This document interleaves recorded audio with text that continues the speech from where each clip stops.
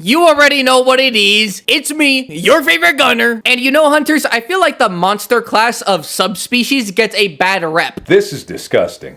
This is awful in every way. If I could kill it, I would. I'm like, what do you say fuck me for? Because of the poster boy and poster girl of subspecies, Azurathalos and Pink Rathian. They are notoriously known for being horrible subspecies. Yet despite that, when it came down to hunters voting for their favorite monster, Azurathalos placed in 112th and Pink Rathian was placed in 115th favorite monster in the community. Now that might seem like low placement until you realize they were significantly higher on the board when compared to some of the best subspecies in the franchise. Like Azurathalos and Pink Rathian scored higher than Fulgur Anjanath, Ruby Basarios, Black Gravios, Tidal Najarala, and Desert Celtis Queen. And then of course also Desert Celtis. I'm dying, help me. Which I think is crazy, but you know, everyone has their opinions. But as I'm sure you've seen from the title and the thumbnail, this video isn't about my opinions on Azurathalos or Pink Rathian. I'm here to talk about a semi-recent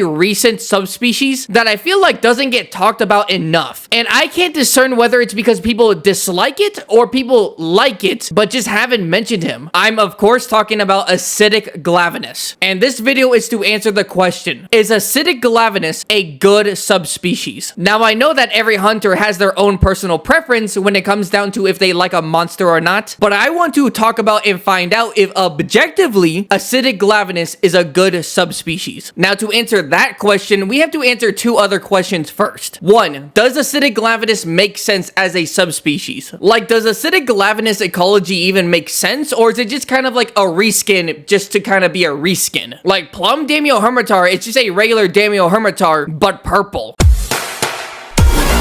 Yes, it has a Diablo shell and not a Monoblow shell, but there's nothing to suggest that a regular Damiohermitar can't just get a Diablo shell instead. So the only real difference is that it's purple. It feels a little bit silly just to call it a subspecies, right? So we're trying to see if Acidic Glavenus fits into that. Second question is, does Acidic Glavenus look different enough from original Glavenus? And I guess in the same vein, does Acidic Glavenus's fight feel different enough from the original Glavenus fight? Yes, I can count. I understand that's 3 questions, but Acidic Glavenus only needs 1 thumbs up or yes from those last 2 questions. For an example, you could say Coropuki. Coropuki makes sense as a subspecies. Regular Puki eats fungus and plants. So if you took a Puki and put into the Coral Highlands, where all the plants retain so much water, yeah, eventually its poison would dilute and it would just start to shoot water. Also, regular Puki shoots out like a gas beam from its tail. Now that Coral Puki uses water, it's like a firing hose. It makes sense. Now, design-wise, Coral Puki only has a more vibrant, like, coloration on its body. There isn't anything very distinctly different, other than, you know, the color. While that might be the case, its fight is so much better that, you know, you gotta give it a pass. So Coral Puki should be a good standard for what a subspecies should be like. So let's answer the question of, does Acidic Glavenus look different enough from regular Glavenus? When it comes down to subspecies, there are like 2 main different types of subspecies. One being a mutation found in the base monster that turns them into a subspecies. Think about Azurathalos and Pink Rathian. And the second one being a difference in environment. That's where Acidic Glavenus falls into, because regular Glavenuses are usually found in tropical and volcanic areas. Meanwhile, Acidic Glavenus is specifically only found in the Rotten Vale. So let's actually look at Acidic Glavenus here. One of the first things you're gonna notice is the different coloration. And other than the tail, there isn't a real big difference when it comes down to the design of Acidic Glavenus. But that doesn't make Acidic Glavenus a simple reskin, because we have to look at the most distinguishing design feature of a Glavenus, period. That being the tail. When you first see Acidic Glavenus, you're going to notice that his tail is covered in yellow acidic spikes. I'm going to talk about more about these spikes later and the significance they have to Acidic Glavenus. Just know that these spikes exist on his tail because Acidic Glavenus lives in the Rotten Vale. These spikes are a cool design on Glavenus's tail, but that's not all, because Acidic Glavenus can bite down on his tail and remove those yellow spikes, showing what his tail looks like without them, resembling what base Glavenus Glavenus' tail looks like. But that's actually not the full picture because you might not be able to notice it from the first or maybe even second time you fight him, but acidic Glavenus' tail looks actually different from base Glavenus' tail. No, not because it has spikes on it, and not because it's not glowing red from heat, but the actual shape of the tail is different. When comparing the design of the tails for both acidic Glavenus and regular Glavenus has these blue scales that kind of resemble fire, or I guess red when the tail turns red. But if you look at acidic Glavenus, he doesn't have these scales near his tail. This small detail might not seem like it matters that much, but it kinda does. Because with regular Glavenus, yes, he does chomp down on his tail, you know, to superheat it so he can do more damage. But he doesn't constantly do that. When Glavenus wants to make his tail shine a bit more, take care of it, he'll run the face of the tail blade on the ground multiple times. But both this and him biting down on his tail, he doesn't do it that much. Unless Glavenus is fighting for his life every single day, but he's not. Usually a Glavenus' tail is good enough on its own. He doesn't always need to superheat it. But with acidic Glavenus, he would be biting down and ripping into his tail way more because of those yellow spikes. Again, I'll explain and go more into detail about these yellow spikes when I talk about if acidic Glavenus makes sense as a subspecies. Those yellow spikes on his tail are a byproduct of living in the Rotten Vale. Acidic Glavenus kind of filters out the effluvium in the air and turns them into those yellow spikes, meaning that he has to constantly be biting down and tearing off those yellow spikes. That way more yellow spikes will grow on his tail, which is important because if he doesn't remove those yellow spikes, there will be a buildup of effluvium in his system, which could lead to him becoming sick, or it would just straight up start to cause internal damage. Odogaron is completely adapted to the effluvium and Rotten Vale, but too much effluvium can be harmful, as we've seen with his turf war with Valhazak. Now, all of that yapping in mind, because acidic Glavenus keeps on biting down on his tail and ripping stuff off, he has in a way sharpened and honed his tail blade to the point where these scales no longer exist because he's been shaving away at them for so long, which kind of makes acidic Glavenus' tail blade look thinner in some angles when compared to base Glavenus' tail. People have already made the comparison: if Glavenus' tail is like a great sword, acidic Glavenus' tail is like a long sword. Coupled with that and the fact that when he actually takes off the yellow spikes from his tail, acidic Glavenus takes a completely different stance when he's using his tail blade. So I would say confidently that acidic Glavenus looks different enough from base Glavenus.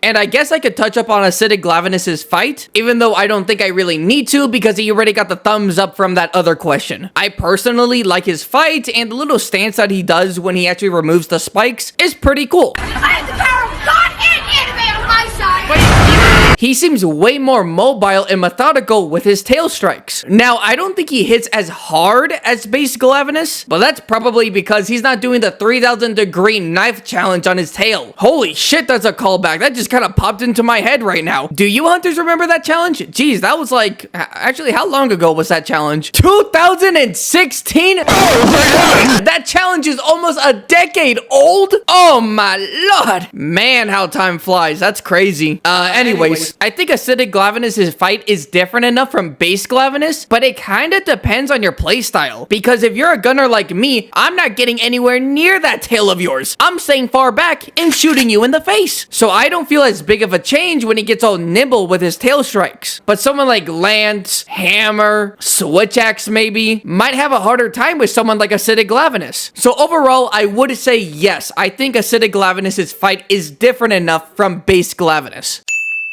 Now for the last question, does acidic Glavenus make sense as a subspecies? And yeah, spoiler alert, yes, he does make sense as a subspecies. And there's a couple of reasons for that. The first one I want to mention is, of course, the acidic yellow spikes that I keep on saying I'm going to explain. Well, now I'm going to explain that. I'm not gonna lie, it's not complicated. I've already kind of explained it, but specifically how acidic Glavenus filters out the effluvium is through an organ in his body. But unlike other monsters where they ingest something and they keep it there to potentially attack someone else with it, think of someone like Volvodon or heck, even regular Glavenus himself, with that one move where he kind of like spits out the shrapnel pieces from his tail and then explodes shortly after. But the yellow spikes for acidic Glavenus doesn't seem to be something that he necessarily wants. Rather, it seems like a waste product by that specialized organ in acidic Glavenus. While yes, it does give him like acidic spikes, they aren't as lethal as just having his tail blade out, as we've seen with Gyros. Attacks him with the spikes? Fine. Attacks him with his regular tail blade? Dead. Now, some of you might be saying, okay, Spottable, so acidic Glavenus has an organ for the Rotten Vale, which makes sense why he can live there, but doesn't that just mean that Capcom just gave him a random organ to live there? Like, where did that organ even come from? I don't actually think that this is just something random that Capcom gave him. Rather, I think it's something that original Glavenus had, but then was just transformed into something hyper specifically adapted for the Rotten Vale. Think about it. Glavenus live in volcanic areas. Volcanic areas are notorious for having deadly toxins in the air. Most likely, this organ was just to kind of filter out some deadly toxins in the air when he's going through those volcanic areas. But then when a Glavenus went to the Rotten Vale, that organ had to work overtime when trying to process the effluvium, deadly toxins, the general stank, and then eventually evolved into the organ currently with acidic Glavenus. And then speaking on the same vein as Glavenus's tail, Glavenus, both acidic and regular, gotta take care of their tail. You know, keeping it shiny, keeping it healthy. And a good way of doing that is making sure that the tail is supplied with enough minerals. If you hunters have read the Iceborne lore book, you would know that male Glavenus rub their tails on areas to accumulate minerals and iron. The better and faster way to get the minerals for their tails is just to simply be eating mining outcrops. Now, I will admit that I don't think it's actually been confirmed if Glavenus eats ores. However, it just makes a lot of sense. Think about it. If the only way for Glavenus to have a healthy tail and get the minerals that it does need is by rubbing its tail on the ground, dog, we would be seeing those tail markings everywhere around the world. But we don't. Glavenus's tail, while being, yes, partially metal, is still organic and is extremely likely tied to the health of the Glavenus. While ores aren't probably like a staple diet, I feel like if Glavenus sees a mining outcrop that especially has iron in it, it'll just take a bite out of it. The iron in that mining outcrop will then turn into the iron that goes to his tail. Most likely, the Glavenus rubbing his tail on the floor to get minerals is likely a fixer-upper when there aren't any mining outcrops available to eat. Glavenus might do that tail thing way more often in the tropical and desert areas, but when he's in volcanic areas, there's so many ores all around that he probably doesn't need to do that. He'll just take a bite out of one of the mining outcrops that are readily available. Now, all of that yapping for regular Glavenus is needed for acidic Glavenus because in the Rotten Vale, there are mining outcrops. Granted, not as many, but considering no one in the Rotten Vale eats those ores, not Odogaron, not Valhazak, not Radoban, not the Gyros gang, no one eats ores, dog, it's literally free real estate down there for Glavenus. So him going down to the Rotten Vale makes sense. Not to mention that there is food all over the Rotten Vale. You could actually just be standing still, and a fresh Legiana corpse could just fall right into your lap. And if somehow,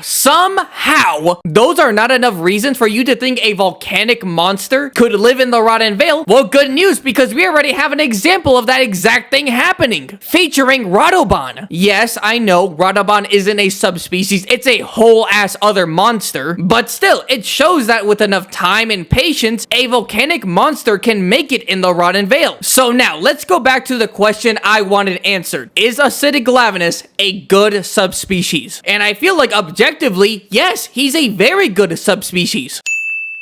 And I kind of feel bad for acidic Glavenus because I feel like no one talks about him after Iceborne. But there should be even more reasons to talk about him now because yes, we don't have the Rotten Vale in Wilds. We do have Guardians. And Guardians don't need to play by the same ecological rules as regular monsters. So imagine a Guardian acidic Glavenus. The yellow spikes on acidic Glavenus could just be like explosive bits for Guardian acidic Glavenus. And then even after he rips off his own spikes, when acidic Glavenus starts to absorb the wyvern milk, his spikes could begin to grow back. I don't know, hunters. Think about it. Am I cooking?